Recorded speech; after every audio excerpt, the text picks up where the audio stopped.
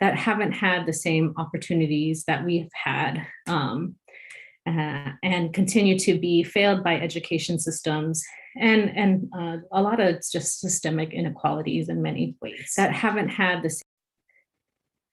If you are unmuting yourself, please stop. No, I'm just kidding. So for those of you that don't know me, I'm Teresa Ambo. I am Tongva, Luceño, and Tonatam. I grew up and I was born and raised in LA County on my ancestral homelands, on my Tongva homelands. And now I live in northern San Diego County on my Luceño homelands, and I work at UC San Diego as an assistant professor in the Department of Education Studies. And UC San Diego is located on Kumeyaay.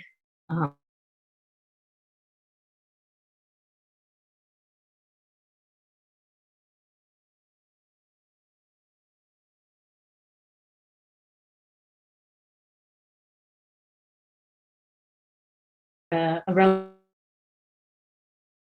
invited visit. I'm really happy to be here and to moderate this panel. Our speakers today are Shannon, we refer to him as Squiggy, and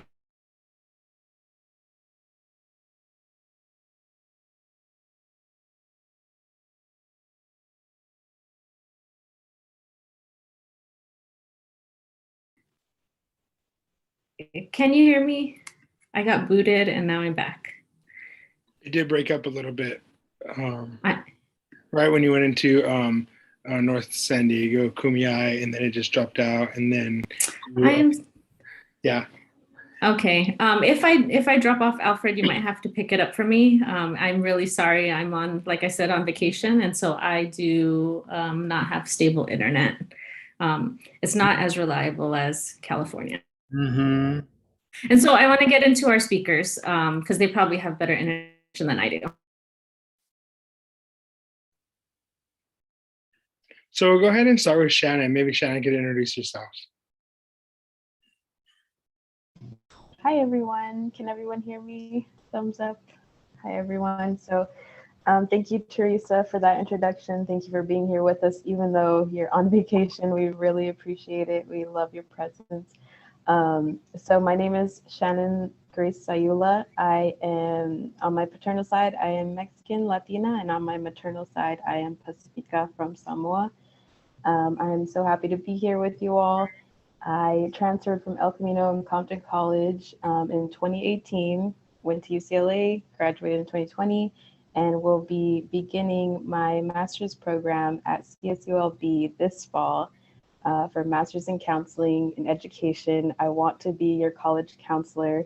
So please keep me as a resource throughout your educational journey, or if you're a counselor, let me know how it's going. But just really grateful and thankful to be here with you all. The NPI program is what got me to where I am today. Literally almost, every day I'm really thankful for the program, for the people, and for the opportunity that, I was given through the program. So thank you. I'm so happy to be here, and I'll go ahead and pass it to Malia. Hey everyone, nice to see y'all. I'm Malia, Malia Mau. My pronouns are she, her, hers. I actually went to Fullerton Community College with Donnie for a bit, and then I transferred to UC Riverside in 2019. I did NPI back in 2016, and that's basically where my education journey started. I major in ethnic studies and minoring in media and cultural studies. Hope to go to grad school for PI studies because I do want to become a professor and teach PI studies and be an ethnic studies professor. So yeah, still working on it and hopefully graduate by next spring. And yes, and honestly, if it wasn't for this program, honestly, I would not consider any UCs. So yes, and it's nice to be in community with you all. And I'll pass it on to Donnie. And Hello, everyone. Again, my name is Donnie Saucedo, or Squiggy. A lot of people call me family, close friends. You heard a lot from me today. I did the program in 2016 as a scholar, and then got into UCLA 2017, and then became a peer mentor 2018 or 19 and 20 years. Worked with the great trifecta of Shannon, myself, and EC2Apua, who is not here. I'm currently a master's student at Arizona State University in Indigenous education, and then we'll be going to wherever Teresa takes me to for my PhD. I'll be following her, as she will be my advisor. She led me to MPI, and she followed me for a long time. In fact, I was in my community college for 9 years. It's been a journey, and I wouldn't trade it for the world, because it's my journey. And so we all have our own journey, and it's been great. My journey is extremely special. So I'm hoping that you can hear me even if you can't see me. yes. And so thank you, Squiggy. I'm sorry about that. My deep apologies. I'm wondering if the three of you could share with us a bit about your academic journey. Squiggy, you mentioned that you were in community college for 9 years. And so I'm wondering if you all, however you're comfortable, would share about your academic journey to and through community college, and what role MPI site played in your transfer from community college to a 4-year. And let's go in the same order if we're okay with that, and then we'll reverse it. And so Shannon, if you want to start us off. Yeah, of course. Thank you for that question. I love reflecting on this, actually. As I said, I want to be a community college counselor. And as Squiggy said, our journeys are so important, and we all have our own. And so mine, the way it starts off is my senior year of high school. I really didn't have too much guidance towards college. I didn't know how to get there, even community college. I'm first generation, first in my family to go. So there wasn't really too much, direction for me in that route. And at my high school, I was actually being recruited by a Marine Scout. So I thought that's what I was going to do. I was kind of planning to be in the Marines. But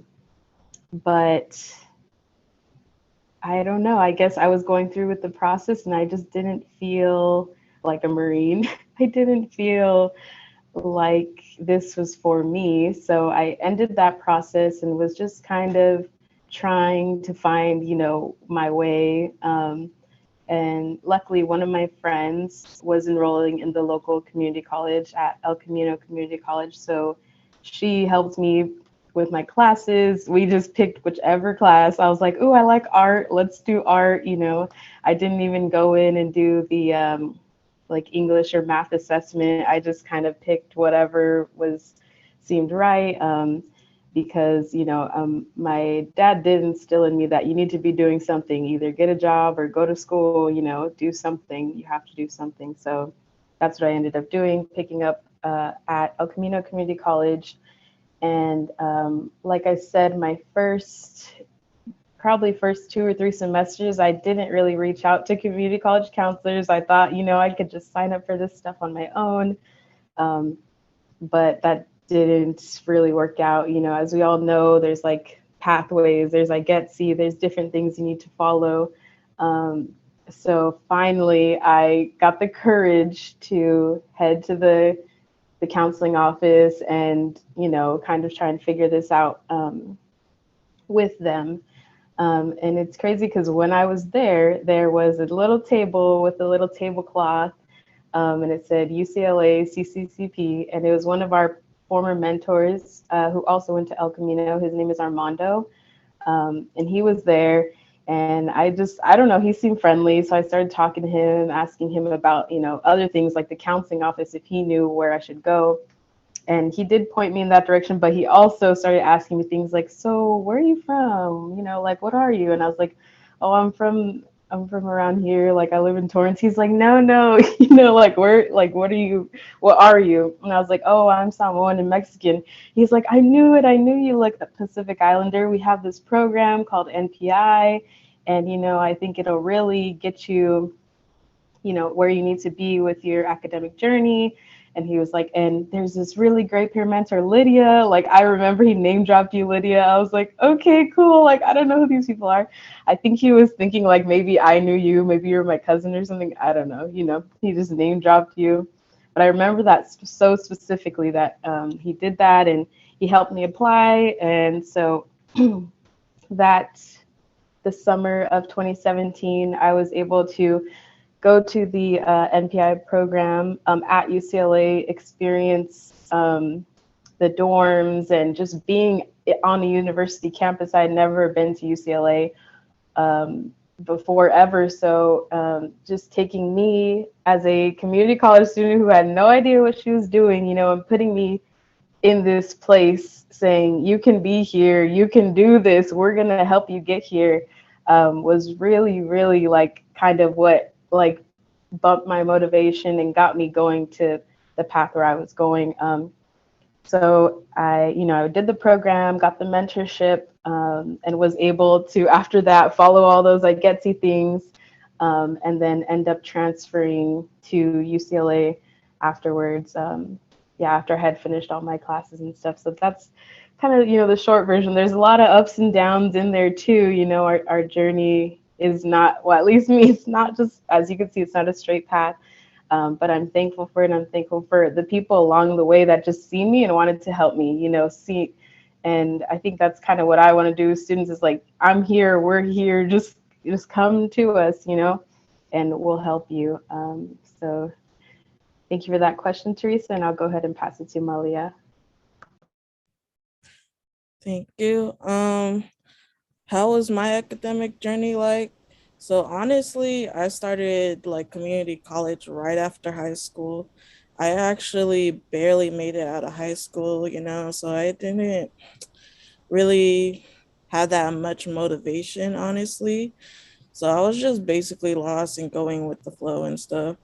But I knew about NPI through Asena for like ever since I was probably still in high school, maybe junior high as well. Somebody, okay. And it's like Senna has been like talking to me like, oh, I cannot wait for you to do this program and stuff. And I was like, yeah. And honestly, like just thinking about it, it's like honestly, community college, like I was just honestly like lost. I actually started out as a business major. After taking my first business class, I was like, yeah, business is not my calling. And I was still exploring and stuff. And then when the applications for MPI came up, basically, I'm not gonna lie, I kind of lagged on it. I was also kind of like struggling with it too. So like one day Asena just hit me up and it was like, hey sis, I'm in your area. I heard you needed help, so I'll be coming over. So that's what happened. And yeah, so from there on, that's basically how I came across MPI. But honestly, just being on the campus, like in UCLA and stuff, and somebody's mic is on. So. And but yeah, just like being in UCLA, it did like made a huge impact because it's like honestly, I was not thinking about like any UCs. Like I never saw myself at that level. If anything, I was just thinking about Cal State Fullerton if I was lucky enough to even transfer or possibly not even transfer at all. But honestly, just building those connections through MPI and then continuing on like the transferring process. And also, if I wasn't in connections with Alfred, I probably wouldn't also do classic site as well. So yeah. And basically, yeah, now I'm in UC Riverside. still navigating, still pushing forward. I'm going on my 7th year of my undergrad journey, but I'm still pushing on. So yeah, and I'll pass it on to Donnie. So thank you both. My academic journey is the same. It's my own. I started working at UCLA before I was a student. I started working with Teresa with the retention program. I was already working in the community, and to be honest, I was at Fullerton College as well. My cousins had talked to me into going to college. I wanted just to go to, I went to DeVry already and got a degree in electronics at an associate's. But when finally the time came to do MPI, and I was just ready to do it. I had the time to do it. I had the free time from work to do it, and everything fell into place. And I kind of knew MPI, and I come from the vision of knowing working relationships, what it is to have working relationships. You get a job because you know somebody who's working there. You get this, we're a community, and MPI is very community based. So all my community was there, and I knew it was pretty much the last year that they all might be there. So Renee White Eyes is a tribal member, a fellow tribal member of mine. She was in admissions. Teresa was there right before she was going into her, I believe, going into her PhD, or was in her PhD, but working right before she finished. So she was working with MPI. Clementine was working there at Bardot, who was working at UCLA, and she was there. So everybody was there, and it really, I knew I was going to come into the program, and so I came into the program, and then I didn't get any of them as peer mentors. They gave me this crazy lady, Lydia, who just reached out, and she didn't, I'm a bully. I push over people very easily. I'm a non-traditional student. So my faculty could be my same age. So don't tell me something that I already know. Like, all you're doing is holding me back from a job. Just because you have a job doesn't mean you're going to hold me back from one. So that's my mentality. Hustler, that's how I am. And so they gave me her, and she was the best peer mentor I have ever had. I try to be that type of peer mentor. She was just compassionate. She was with me the whole time. She talked me through the whole year. I turned all my grades around. I focused on myself. I focused on my grades. I focused on everything to turn it all around. And then and I worked for 3 months on my my questions. MPI really installed that in me. MPI really pushed that through with me as well, like to get those in. Really emailed back and forth with Alfred a lot of where I was in my application process, where I was in my scholarship process. So every step of the way, I stayed involved with MPI. Even being like, after the summer program, making sure we stayed in community. So I would pick up students that would come in on buses from Sacramento and Northern California, and then we would drive all around and then bring them all in, and we would all do the program together. That's what the strong thing about MPI is like, it's community based. We have to do things different than African-American students. We have to do things different than Latino students. We have to do things different than Asian students, than STEM students. We are community based. We're community based people. We are food based. We are fellowship based. And that's how we needed to be. And that's what we created with MPI. And that's what MPI did for me to bring me through that journey. Thank you, Squiggy. I think you hit a lot of emotions with some of us who've seen you on your journey, and all of you are also incredibly proud of you, seeing you come through community college, do the program, and then really find a lot of success at your institution. And so I think Squiggy, he set me up again for another question. And I think this will be our last question because I do want to make time for people to ask you all questions about your experience and your journey. And so, something that Squiggy mentioned was, we do things differently, our community. We have different experiences, we have different cultures, we have different traditions and customs. Relationships are very important to us. And so I'm interested in, what you all see to be different in your experience compared to that of your peers.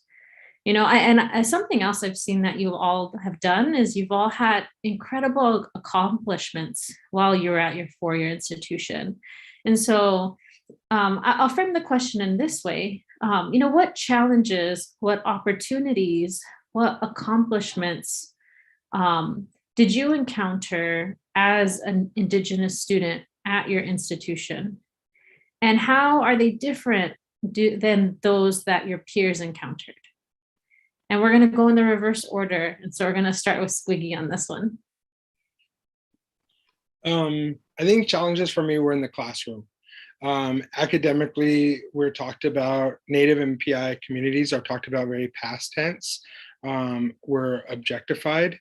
And I always had to remind our professors and be very blunt about we are still here, we are still present.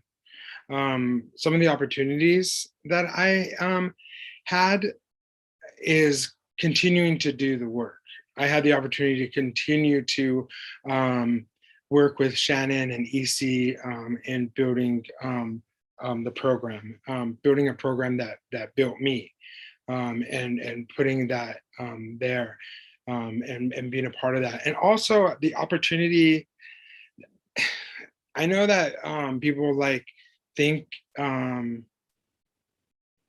it might be a facade, or it might be the way it looks fake, but every day I walked through UCLA's campus, I was grateful.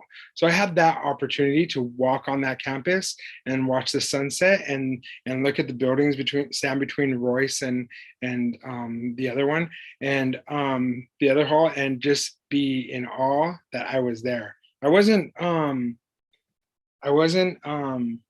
raised to believe I could be there. So those are my things.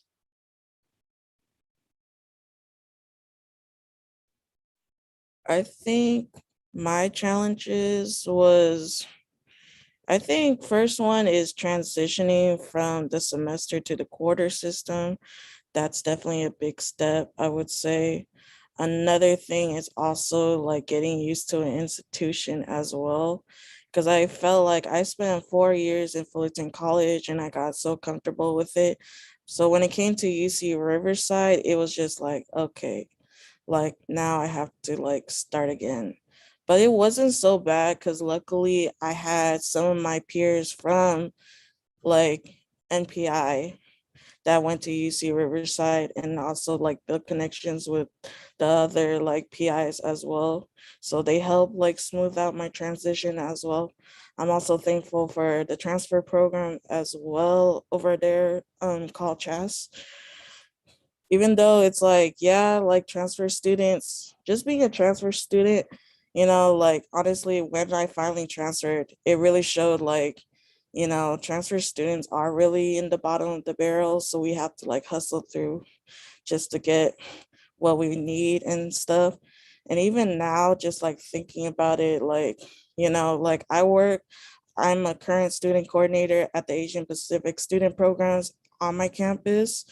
And I always have to fight back for transfer students as well, along as being a PI student as well. Because every time, when it comes to API spaces, PIs are always left out. So, and being one of the 2 PI student coordinators, we always have to fight to be represented or to be put on there. So, yes. And also another challenge was, honestly, when COVID hit, it was a struggle. But what also helped me was I built connections with other PI orgs through Zoom. And after that, we developed a California or called California Alliance of Pacifica Scholars, also known as CAPS. So yeah, shout out to CAPS. So yeah, that's it. And I'll pass it on to my sis Cheyenne. Thank you. Yeah. I was just kind of reflecting on this as I'm hearing your two, stories about our challenges, successes, and opportunities. And I think kind of like the overarching thing for all of us is that our challenge really is that the way we are isn't the way the institutions are built, right? We always talk about that. And we talked about it earlier that, we're community based, we're like network based, it's different, we're different, Of course, everyone's different and has their intersectionalities, but I think it's even more so in the academy when we bring ourselves and our cultural wealth and try to navigate it in a traditional way. And so I'll kind of just give like a little example is when I first started at UCLA, at community college, like I said, I didn't know where I was going because I tried to do it by myself, Once I got networked and linked in with others, who were in that same journey with me, specifically the people at NPI and CCCP, that's when my community college journey started changing. But then when I got to UCLA, it's different. It's different from a community college. So the way I went about my courses was not cutting it because I was doing it the same way I was going about my community college courses. So I had to not change my way of being, but change my way of interacting with the institution. So when I really started when I started being successful at UCLA is when I started using what I had already, my tools in my classes. It's really when I started my education classes and when Donnie and I were able to do research on our own community, on our own students, and using kind of all of our work, our community work, we made it our classwork. And our community work, we not only made it our classwork, but we also made it our work. So we were getting paid. We were getting paid to be peer mentors. And while we were being peer mentors, we were researching for class. And while we were doing all that, we were doing community work. Like, it was crazy. We were outreaching to our own communities and just being able to lift them up in ways we didn't even know we could do. Like, you don't think you're going to go to UCLA and do what you already been doing your whole life, but you do in just different ways. So I think, I don't know, overall, I'm just really grateful for all the opportunities. I'm getting emotional. And not only for the opportunities, but for what's already embedded in me to give back to the community and through academia. So I'll end it there. Thank you. Thank you all for sharing, such impactful and beautiful experiences. That Shannon, what you're saying, bringing your full self into the institution and not letting it change you, but actually change the institution, right? Changing the way that your professors are seeing research and how it should be done with Indigenous people, holding the university accountable to Pacific Islander students and specifically Pacific Islander transfer students. I'm so proud of you all, and it's really beautiful to see how NPI site shaped your past. It's shaping your present, and I undoubtedly it'll continue to shape your future and what you all are going to continue to do in education and with your communities. And so thank you for participating in the panel today. And I wanted to ask you all here on the call if there are any questions that you have for our panelists. I invite you to put it into the chat, but I also invite you to ask it verbally if you want to unmute yourself.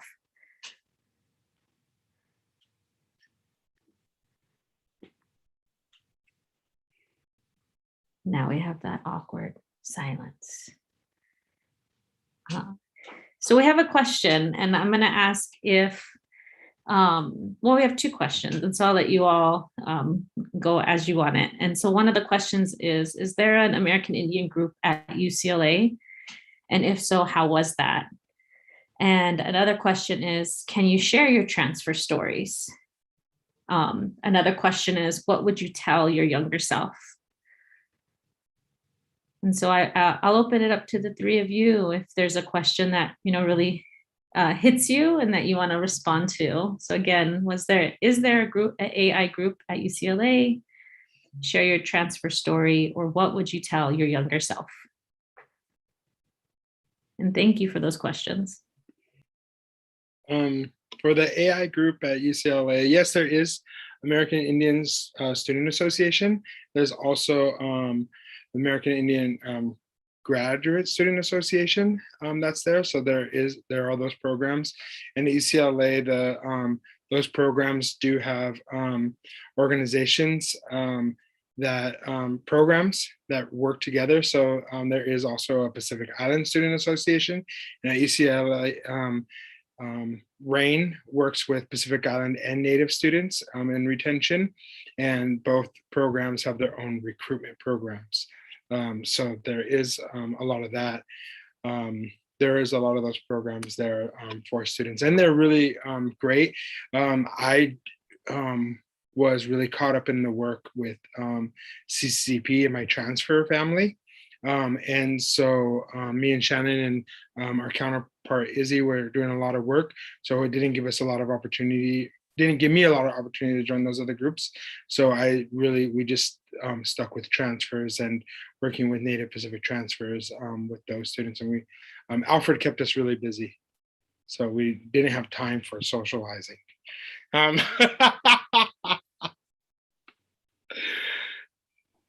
Good one.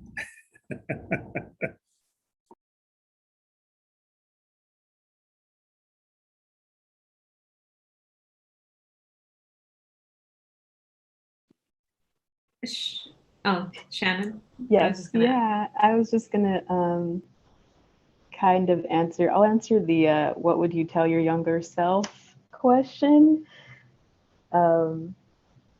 I think what I would tell my younger self, and you all who are at still at community college, is just, I don't know, don't be resistant to, you know, joining groups or joining, you know, if there's a PI or American Indian Association at your school, or even if there isn't, like, you know, you can come and join ours, like come through, we'll find somewhere for you. But I know for me, I was really just kind of resistant, thinking I could do this on my own. But, you know, as I shared, I can't do this on my own. I don't think any of us could do this on our own. We're community-based, family-based. And once you get plugged into that, you have people to keep you accountable, you know, people to motivate you, people to laugh with, people to cry with. So that's kind of really what I would tell my younger self, is like, don't ignore them trying to give you flyers to come to join the group. Just go join it. You're going to have fun anyways. So yeah, that's what I would tell myself. And that's what I'm telling my post self too. I'm going to start graduate school. There's so many associations, and I'm like, do I have time for all this? You know what? I'm going to make time. Like, you know, I need the support. I need the community. It's how I work. It's how you work, whether you're an introvert or not. You know, I think Malia could speak to that. Like, we were talking about this before, like, we need those support systems. So just make sure, in whatever form they are, make sure you have those support systems. I think I'll answer the what would you tell your younger self? Honestly, I mean, like literally pre-MPI, I was an introvert, a huge introvert. Like, it was so hard to put myself out there. So I would tell my younger self, like, just put yourself out there. You know, anything is possible. I mean, I'm still telling myself now these days, I mean, I grew out of my shell slowly but surely. But I mean, yeah, but like, honestly, like, don't be afraid to put yourself out there. Like, let it be known what you're capable of, honestly. So yeah. Thank you. And I will say, Malia, and all of you, it's been so beautiful to see you grow and come out of that shell and become the activist and the advocate and the student that you all are. And so it has been really wonderful to see your journeys. We had one question in the chat, and I think that it'll be a great way to end our conversation. And so we had one question that asked, what were some of your ups and downs during this journey? And I think this is an appropriate one, especially talking in light of COVID or the fact that we are still in a global pandemic. And so if you all want to close this out, by maybe sharing an up or unfortunately a down that you've experienced on this academic journey.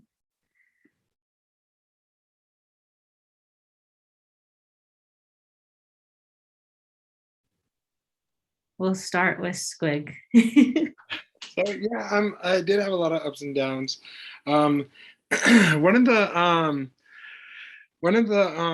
downs I had was I didn't have a lot of control, and that was really tough. I've always had control of my life. Being a non-traditional student and working so much and being in control of my own finances and not being dependent on financial aid or things like that. I mean, that was kind of like a down at the moment. I remember me and my roommate's power got shut off, and we plugged in extension cords from the hallway of the apartment complex, and we bought all these extension cords, and we ran off extension cords for like almost a month. We had everything going, and it was great, but it was just an experience. And I think that month or whatever, the first couple of weeks, we brought in all of our food to the center because we were afraid our refrigerator was going to shut off and stuff. And, that was kind of a down, not having those financial, not having that consistency was kind of tough for me. And learning how to live as a student, I really had a hard time living as a student, forgetting that I wasn't working anymore as well. I had like a brand new car and things like that, so I did have expenses. And then one of my ups was just being a CCCP mentor. And it was really funny because we went out to Fullerton College to do a program where me, Shannon, EC, we went out, we did our program, we did our work, we all didn't have class. And then right after, we went to Disneyland. And Shannon's cousin worked for Disneyland and got us all in for free. And we went to Disneyland for the day. And it was really great. And I think it was Shannon's birthday, and we took her out and got pedicures together. And that's community for us. I thought those are the ups is we created that community for ourselves. And within the program, within school is just creating that community, creating family, creating relationships, things like that. I mean, those are things. And even seeing our family in sister campuses. So as soon as Malia got into UC Riverside, we were there with her and Simba, visiting with them and things like that, visiting our family and other sister campuses, Irvine and other spaces. And being in those spots. So it wasn't just about being at UCLA, but it was about getting out of our community college and transferring. The program was all about transferring.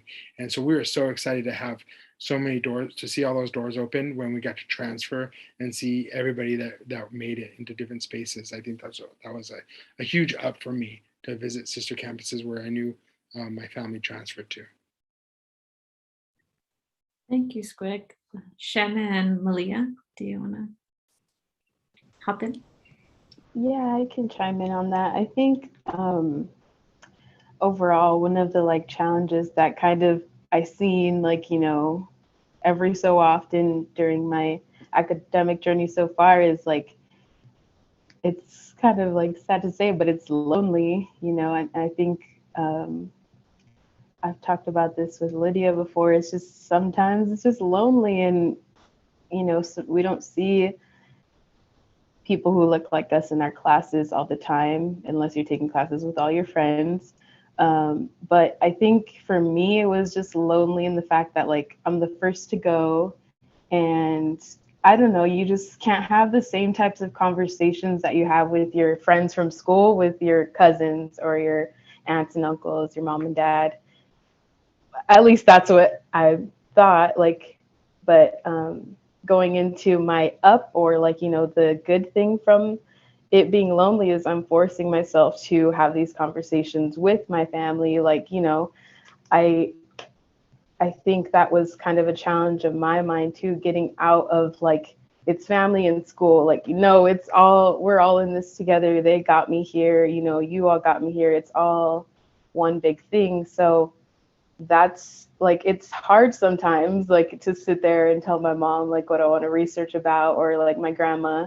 But being able to break it down to the I don't even want to say break it down, but being able to relate it to our cultural practices and our cultural ways of thinking and knowing um, is really what has been my up for my whole academic journey, being able to bring the community and bring my family in, so it's not so lonely anymore, you know? And of course, a really up or a really high is making the family at the in academia, making you all my family, making all my mentees and mentors, and you know, making that family. So that's really been the high overall, is finding the cure to that loneliness by changing my mind and networking out into the small communities, the less than 1% that we have there in the community colleges, in the universities, and other institutions. So those are my highs and lows. Malia? Honestly, my lows definitely gotta be when, honestly, health. Um, Basically last year, I was rushed to the ER due to health issues. And then 2 weeks later, me and my family got COVID. Honestly, it was like definitely a tough, try not to cry. It was definitely not easy to like bounce back, but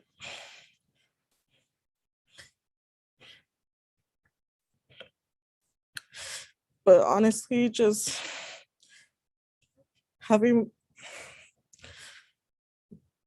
basically the connections that I built throughout the years, just being like able to communicate, it definitely has boosted up and like honestly encouraged me to like still keep going on. So yeah. And also like having CAPS as well and PISA, just like building that connection, because honestly, like as PIs, you know, many of us are like first generation.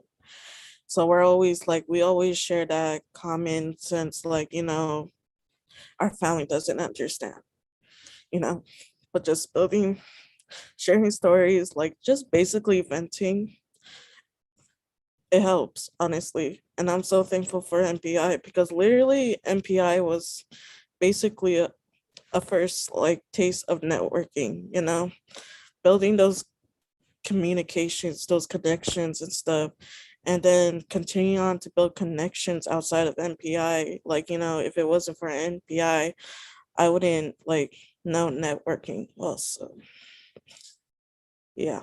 But also it's just also like coming out of my shell as well, you know. I probably would still be inside my shell during these times, but yeah, I'm just thankful for the family that I have like come across, and I'm still here. So yeah, thank you. Love you all. Thank you. Thank you, Malia, for being comfortable enough with this group to be so honest and vulnerable with your feelings and your story. Want to share And thank something? Sure, Pamela. Briefly, so as we transition to our next speaker.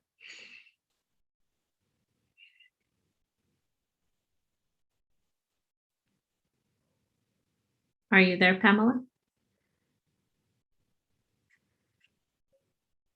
Here we go. I said, I just want to tell all the PI students, you guys are awesome. Never, ever think for 1 minute that your family is not listening to you, that they are so very proud of you. Your grandmas, your aunties, your uncles, your grandpas, your relatives. You, like you said, you're a first generation. And so much of that, Native American students can totally identify with that. How we share with our families and we're not sure if they're really paying attention, but you know what? They are. They're so proud of you, and don't think in other family circles, they're not talking about how proud of you they are. It's been a very trying year for a lot of many students, and all of you have come out of your shell.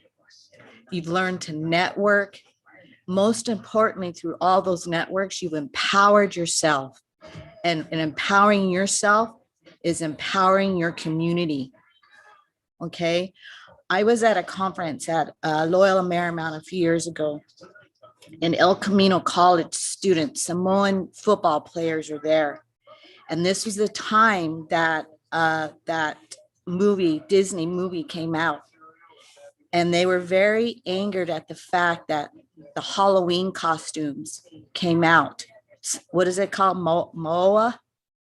And they said that the children were wearing our tattoos, but would they be ready to wear our struggles? It was so profound. And these are Samoan football players at El Camino that came together. A counselor brought them together and talked about all the issues that students of color face. They talked about the black snake in North Dakota, the pipeline, the water, our water fighters there, so don't ever think that you're alone. You guys have networked, you've empowered yourself. You're representing your community. Your community is proud of you.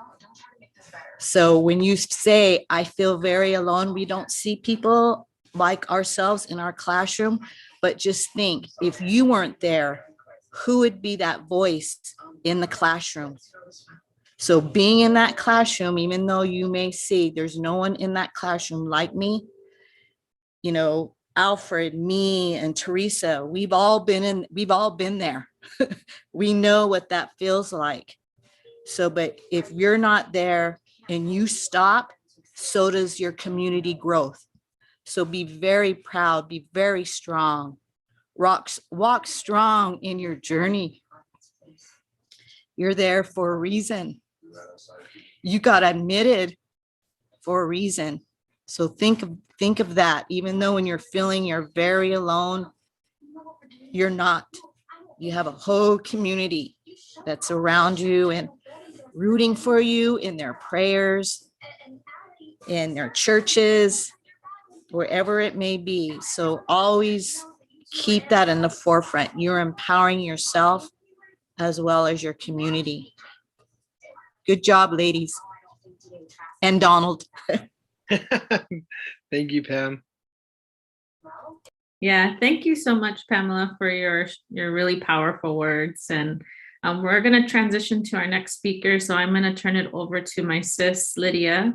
But I invite you all to give some comments to Shannon and Malia and Squiggy and our sister Pamela, who offered those words in the chat. And thank you all for giving the time and sharing your experience with us. And, so proud of you and here for you all as you continue on your journey. I'll hold you up in my prayers. And I'm turning it over to you now, sis. Thank you, sis. That was powerful. So excited to see our scholars, our MPI scholars, but family thrive.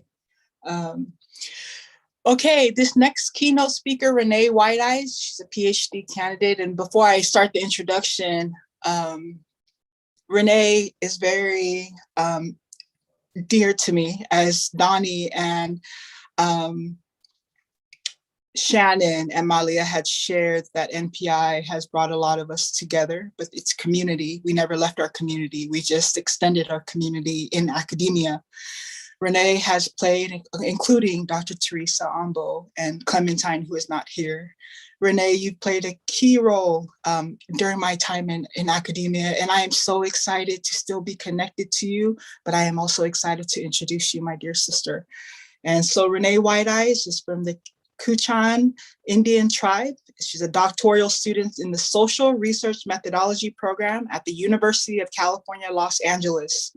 She holds a master's degree in counseling from the University of San Diego and a bachelor's degree in human development from California State University, San Marcos. She has extensive experience as a student affairs professional in higher education, including work with Native American serving programs. In her research, she draws on her expertise of admissions, recruiting, and community outreach to investigate questions about American Indian experiences in higher education. More specifically, her research focuses on the ways in which American Indian student affairs professionals draw on their identities and cultural knowledge to engage in the work of recruiting as a form of Native nation building. Without further ado, Renee White Eyes.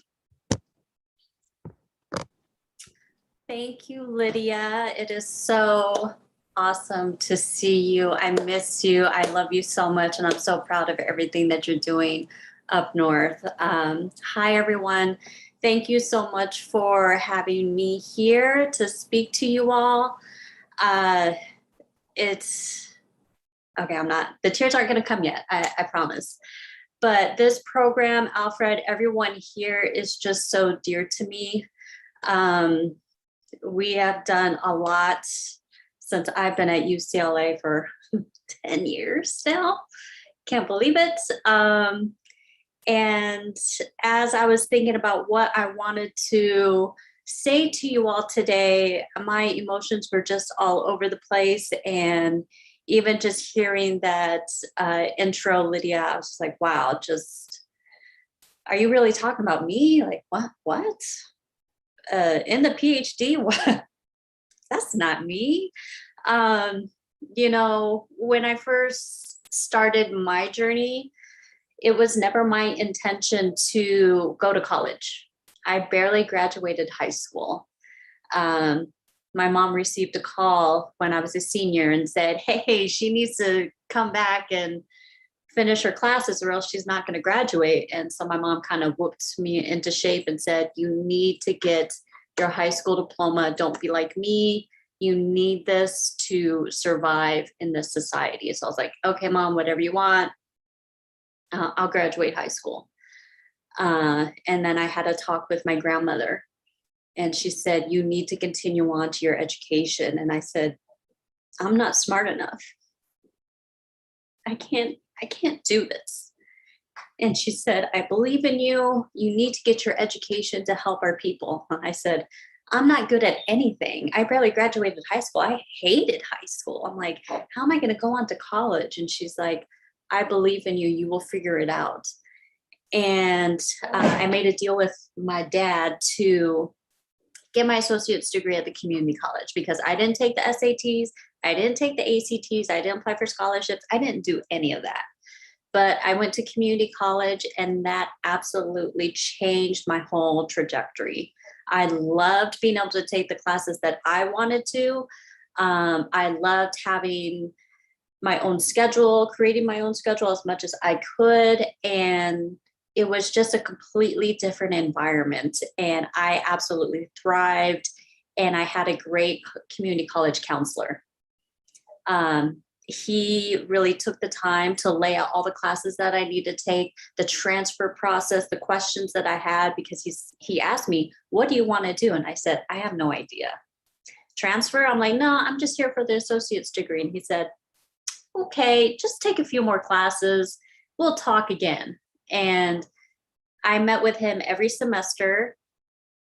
And we were looking at all the classes that I was really thriving in. And he's like, I think you can transfer on. You have the ability, you can do it. And I said, I struggle. I'm not a good student. I've never been taught these skills. And he said, you're doing just fine. Take advantage of these different programs at the community college as well as the university. He said, you are well on track to transfer either to Cal State or UCSD. He's like, let's do it. Let's do it. You can go on and get a bachelor's degree, because let me tell you, you're going to need it. An associate's degree is not going to take it. So we set up to transfer, and I did to Cal State San Marcos, and it was a smaller, from what it is now, it was a smaller commuter campus, which was perfect for me as a small introduction. Biggest class was maybe 50 students. That was it at the time. And I was able to have one-on-one contact with my professors and to talk to them and just kind of figure out what it was like to be a university student. And I had some Native folks at Cal State San Marcos, which was a first for me. It completely opened my eyes. I saw other Native students, which was also a first for me. And even though I went to Cal State San Marcos to be a bio major, it didn't quite work out that way. I failed my first class, organic chemistry. Still gives me chills. And I had a very rude awakening about some of the realities for myself. I was not good at math. Even though I loved biology, I was not good at chemistry, obviously. I was definitely not good at physics. And I had to re-look at my classes and see what I was good at and what I wasn't good at and figure out a path for me. Because the other problem is that I was interested in everything. And I talked to my grandma again. I said, I know I need to help my community, but I don't know how. I don't know where my skill set is. And she said, just keep following your path. You will figure it out. And I looked at human development and community college. I mean, not community college, but college assistance and counseling. And I just really loved helping other students. And I graduated and decided to go for my master's degree in that area. And I went back to my grandma. I said, I'm going for my master's degree. It's to help, work with students at the college, at the university, and figure out their path to graduation. I'm sorry, this isn't going to help my community at all. And she said, absolutely, it does. She said, think about your experience at being a Native student in this system. She's like, the struggles you had, the help that you've had, and the support. She's like, you will be that for other Native students. She's like, this is absolutely where you can help your community. And so I said, great, let's do it. Went to the University of San Diego for my master's degree. And that was one of the hardest things I had done at that point, because it was a completely different level. The students and the teachers there, they were great, but I started to have a lot of mental health issues, and I was diagnosed with depression, and I failed my first and only midterm final I've ever taken. And I approached my professor, let him know what happened. And he said, you should have known about this before you came to class, before you even came into the university. And I said, excuse me, my goodness. So I advocated for myself. And this was the very first time I've ever put in a situation like that. And I went to the head of our department and I said, this is what happened. This is all the homework that I've done. I'm not slacking off. I've been diagnosed with a type of depression. And again, we're counseling. We are dealing with mental health here. And still I was receiving these barriers. And she stepped in and she said, oh no, this is not going to happen. I will talk to him. You will retake that midterm and you will keep going. If I had done that, I probably wouldn't have finished my master's degree for sure. And one of my mentors there, Michelle Jacob, who's now over in Oregon, she is also Yakima. She was my lifesaver. She helped me. She gave me funding. She gave me jobs. She was my safe space. And when I told her about that, and she was not happy. And she told me, she's like, let's figure out some ways to deal with the depression so we can get you through school. And that's where I really started looking at my own mental health and prioritizing that in that situation. after I graduated, I worked out into the community in San Diego because there were no jobs due to the recession. But I got a lot of community experience with the local Native communities there down in San Diego. And eventually a spot opened at UCLA for an American Indian recruiter. And I said, well, recruiting wasn't exactly what I wanted to do, but it's UCLA, so let's do it. I applied, and that also another thing that completely changed my life. I learned a lot about the admissions department, working with students out recruiting for a very selective campus, and also being at a big R1, Research 1 institution.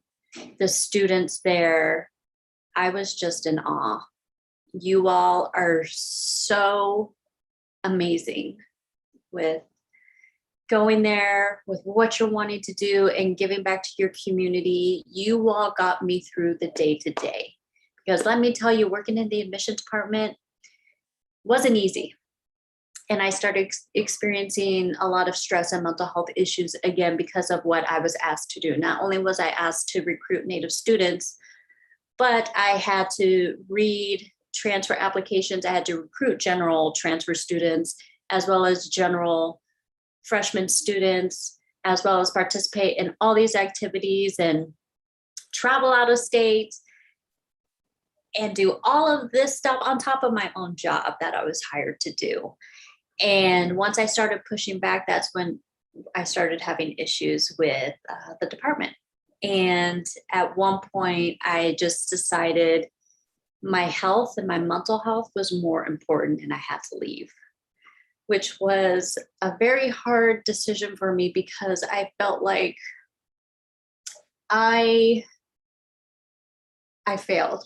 I felt like I failed you all because I wasn't there. And who was going to advocate for you all?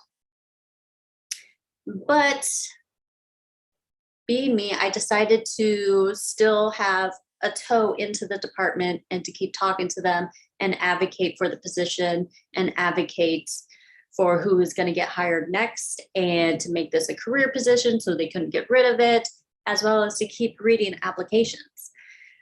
So I eventually moved on to the American Indian Studies Center, where I met Lydia and Alfred and all these other great people. And it took me a while to relax from what I just went through. But I got to work with Indigenous faculty. And again, this was another thing that completely changed my life. I shared with my supervisor, Shannon Speed, everything that I went through in the admission department and the issues and everything that was happening. And I said, I keep saying the same thing, but nothing, change isn't occurring. And she said, well, let me see who I need to talk to. And she started things rolling, started getting things done, some changes. And I said,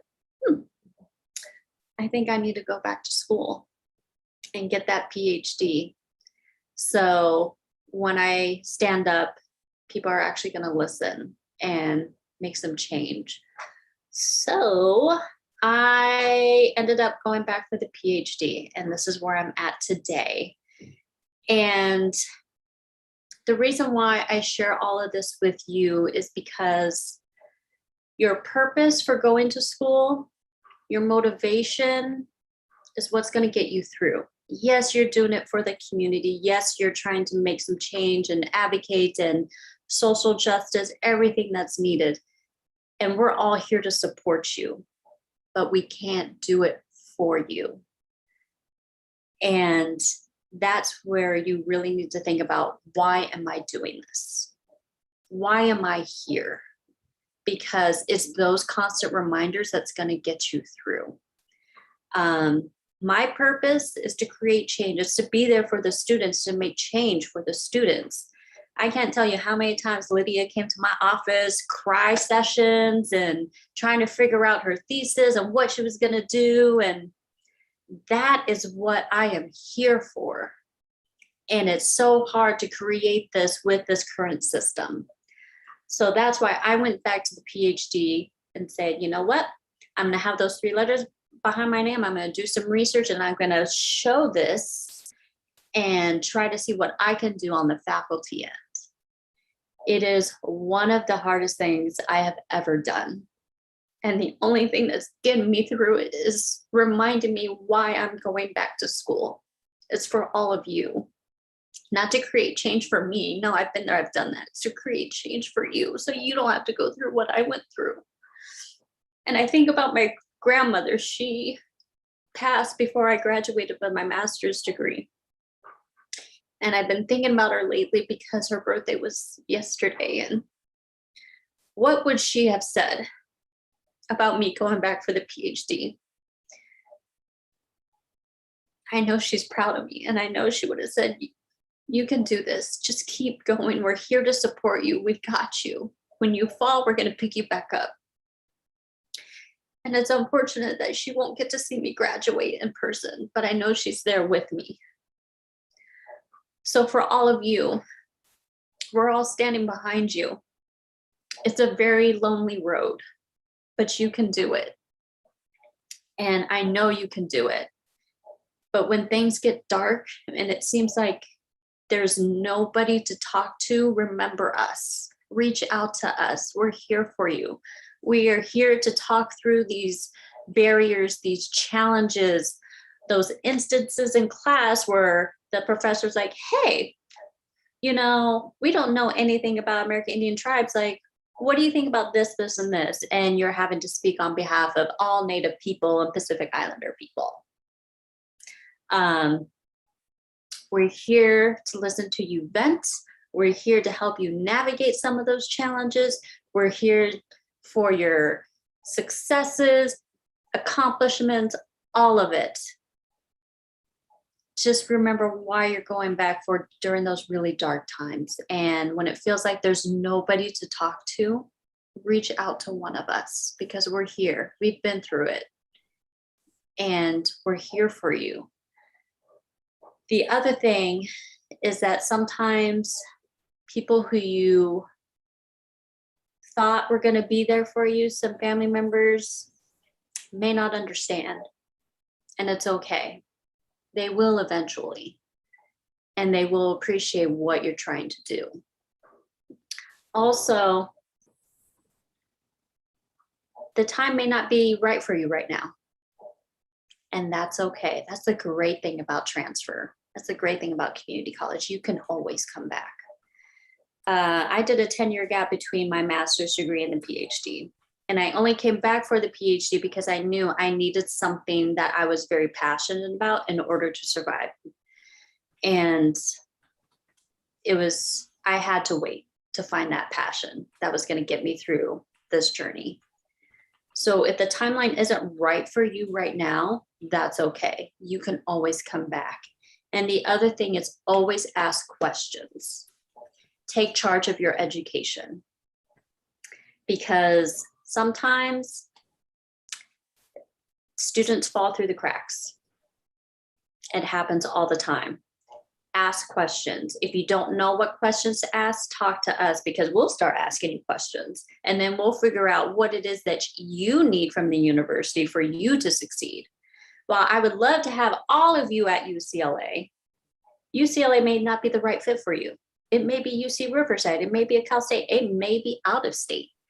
It doesn't matter, just as long as you are getting what you need from the university and they are supporting you with your goals. That's the only thing that matters. You can always come to UCLA for a master's degree, PhD. Doesn't matter. We just want to see you succeed and to be supported. And I would recommend, if you're able to find that community on campus, because that's one of the reasons why I stayed at UCLA. I already had my community. I already knew all the resources. And my advisor is an Indigenous woman, and that was very important to me. I was not going back to school unless I had an Indigenous person advising me. So I didn't have to explain my whole life history over and over again. I still have to do some of it, but with her, I don't need to explain myself. She knows exactly what I'm trying to do. And for that, I am so thankful, because this journey would be so much harder if I did not have her. So find your community. We are all here. We are just the beginning of it. the friends that you're going to make, everyone that you're going to meet, you're going to be carrying them with them throughout this whole thing and even after you graduate. And that's the great thing about this program and everything. So I'm going to leave it right there.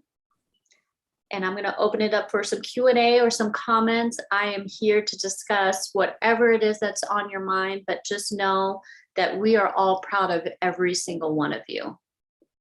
So don't give up on yourself, believe in yourself, because I didn't. And you never know where your path is going to take you. So never give up on yourself. Thank you very much. Thank you, Renee. It's so good to see you, and we are very proud of you. Thank you. Thank you. I remember when you first came in. I was all quiet. I was like, Well, not really, but kind of. Anyway, we have time for just a question or two. We're supposed to end at 2:00. It's just before 2. We want to do a raffle. We have 2 raffle prizes that we want to give away, and just kind of a closing. But let's take a question. Can I make a comment? Sure. Okay, my name is John Liu. I'm not a Pacific Islander. I'm not an indigenous person. I'm Chinese American. I am a retired professor from UCI in ethnic studies. I graduated from UCLA. I was involved in the very early years of Asian American studies. And I want to say, add to something Renee has been talking about. The struggles you're feeling right now are struggles you're going to be facing throughout your whole career. It doesn't end. And that's one of the things you have to pitch yourself for. When I came to UCI, I had to create the Asian American Studies program. It was a 15-year struggle. I too went through periods of depression. It was very hard. It affected my career. I did not have the kinds of networks that the CCC program is providing you right now. So for instance, when I started UCLA, I was one of the first Asian graduate students in sociology. And my professor was the first Asian American professor at the sociology department. So you now have a larger network, and that you need to maintain that network throughout the rest of your life. I survived my tenure and all precisely because of those networks. Those networks provided me with the resources and the support I needed to continuously challenge the social structure.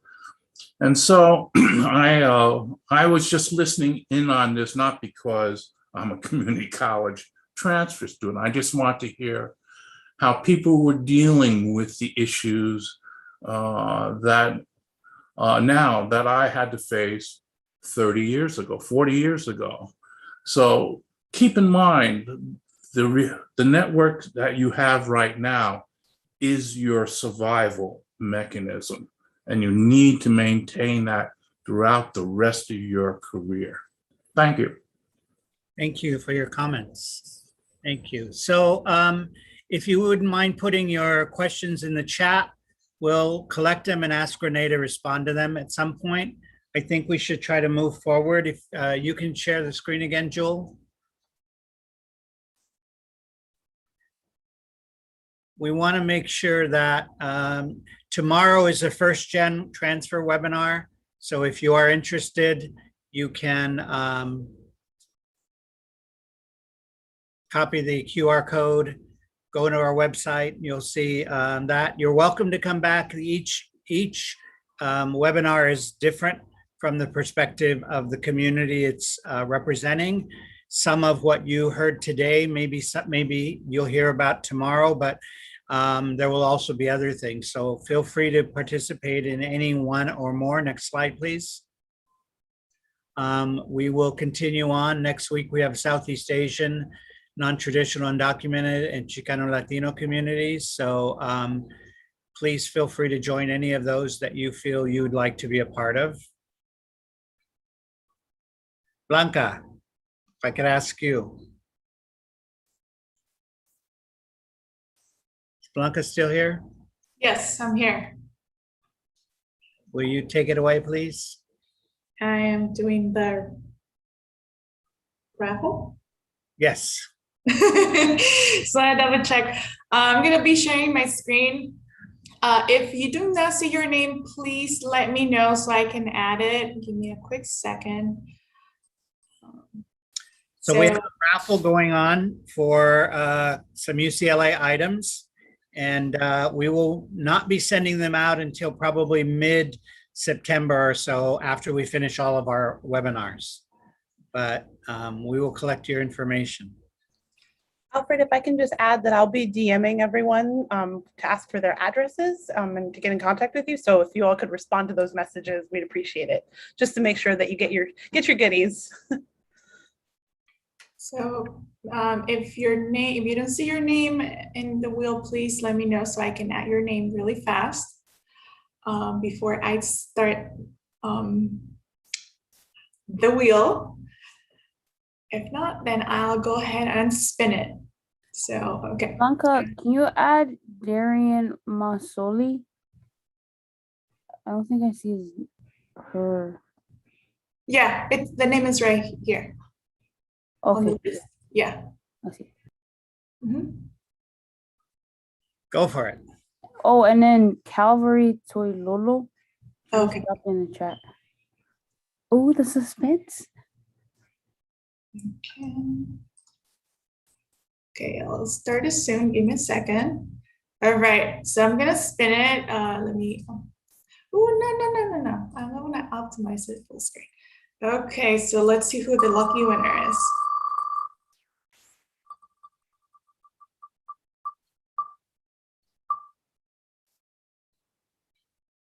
All right. It's Juliana here. Woohoo, okay, we have our first winner. And Alfred, I'm doing a second one, correct? Yes. Yes. Okay, so let's spin it again. So let's see who the next winner is. Hi, Mateo. Hi, Mateo. David, is David here? Congratulations. Wait, I want to know who David is. He must be related to me. I was just about to say that. Unfortunately, I don't see David here. Oh, okay. David, are you here? Dealey? Nope. Okay. I'll spin it again then. Let's see who else won it. I was going to say I'll take his present since we're related. Ethan. Woo-hoo, congratulations. Are you here? Yes, I do see Ethan here. Great. Perfect. Congratulations. And I think those are all, right, Alfred? Yes. Perfect. Congratulations to the winners. Bye, Bye, Mateo. Share the screen, Jewel, please. Thank you. Raffle time done. And Mai. Hi, everyone.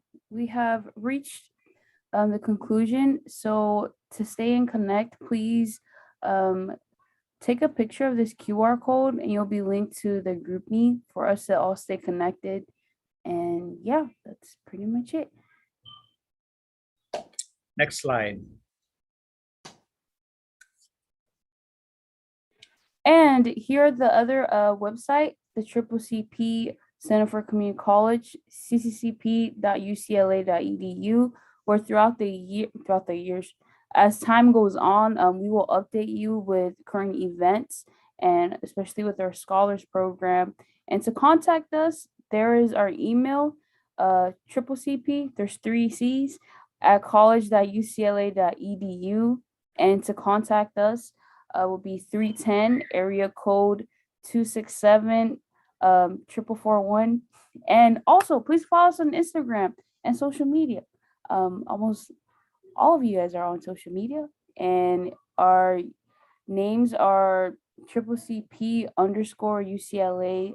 And yeah, that is all. Next slide, please. Thank you, Ai.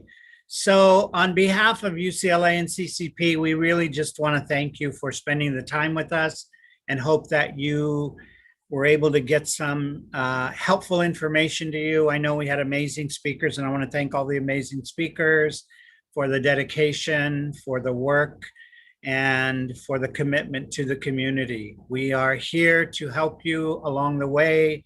This is hopefully only the beginning of a long journey that we get to walk with you. So on behalf of all of us, I want to say thank you very much for joining us. If any of the other committee members want to say anything before we close out. Just thank you for spending the day with us. Thank you for engaging. I hope the information was empowering and was informative, but also continues to help you build community and continue to continue in your educational journeys, whatever that looks like and however that looks like. So thank you all for sharing space with us.